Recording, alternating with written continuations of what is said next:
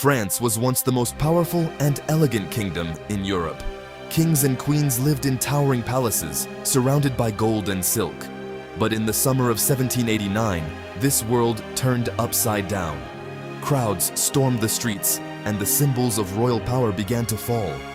It all happened so quickly, many could hardly believe the news.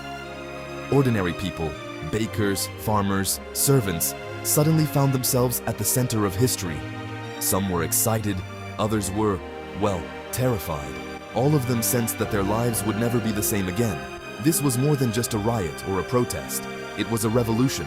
Old rules were thrown aside. Promises of liberty and equality floated in the air, but so did confusion and fear. The French Revolution had begun, and the world would be changed forever. Before 1789, French society was divided into three rigid groups called estates. The first estate was the clergy, priests and bishops who owned land and paid almost no taxes. The second estate was the nobility. They enjoyed great privileges and lived in luxury, far from the struggles of ordinary people. Together, these two groups made up only a small part of the population. Most people belonged to the third estate. This group included everyone else: farmers, workers, bakers, shopkeepers, and the growing middle class. They paid nearly all the taxes, even though they owned the least land and had the least power. Many lived in poverty and faced constant hunger. Life was unfair. If you were born into the third estate, you had little chance to improve your life. Laws and customs protected the rich and powerful. The poor had no voice. People grumbled in the markets and whispered in the streets.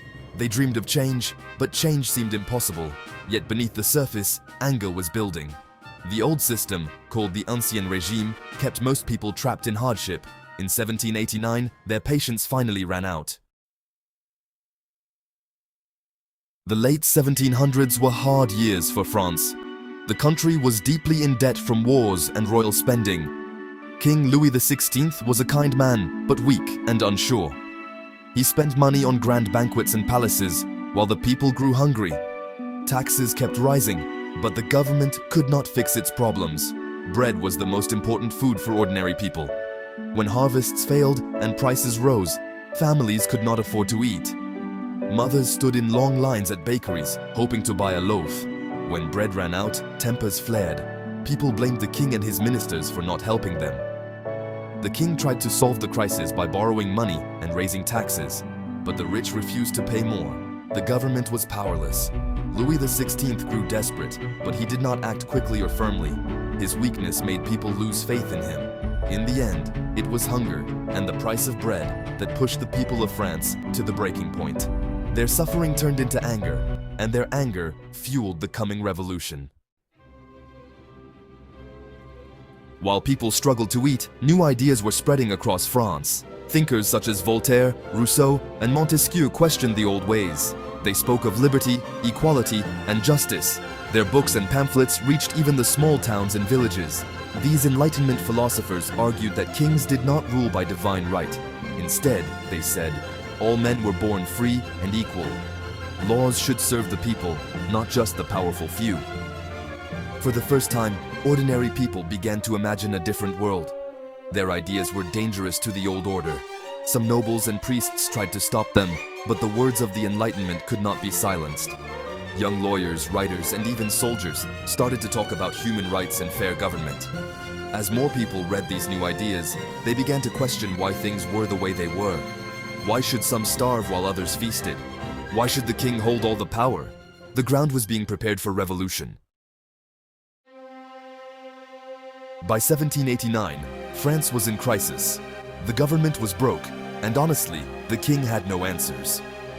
In May, Louis XVI called a meeting of the Estates General. This was, a rare gathering of representatives from all three estates meant to solve the nation's problems.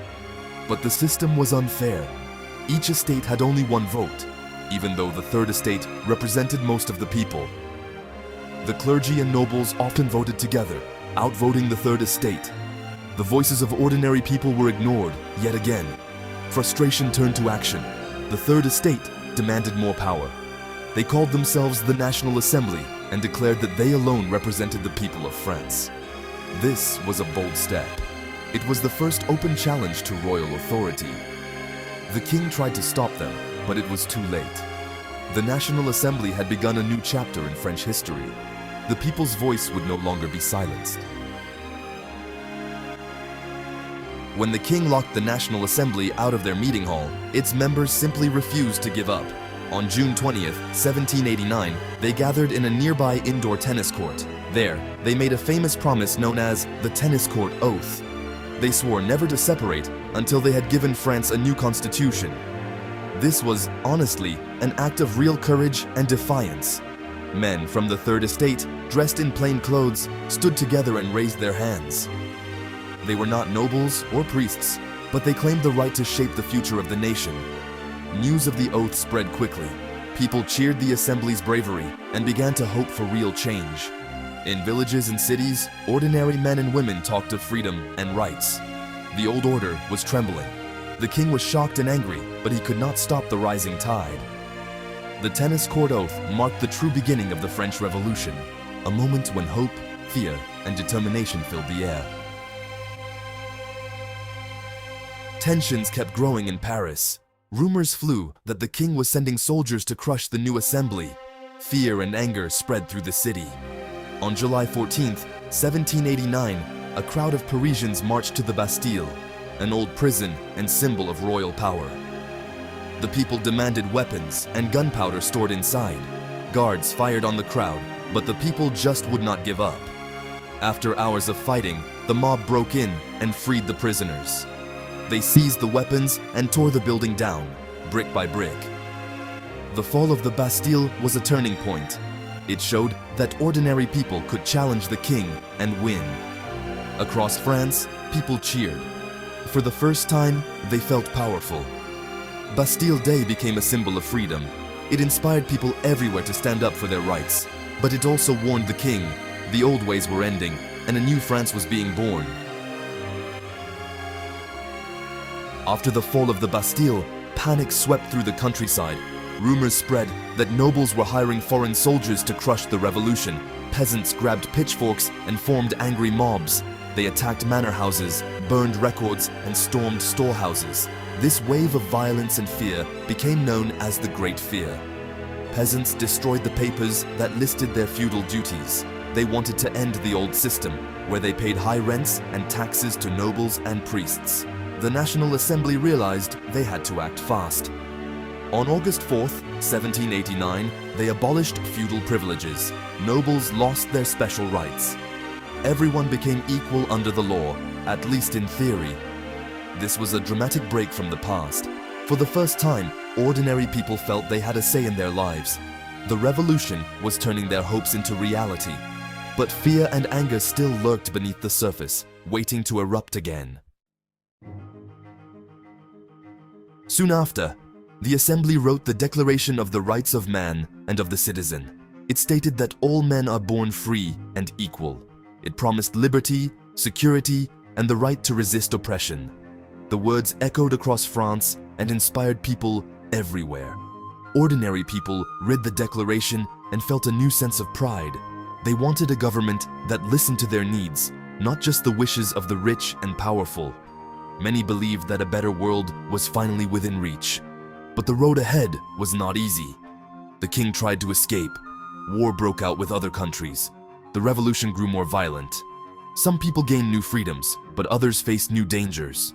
Still, the ideas of the revolution spread far beyond France. They sparked hope and struggle for freedom around the world.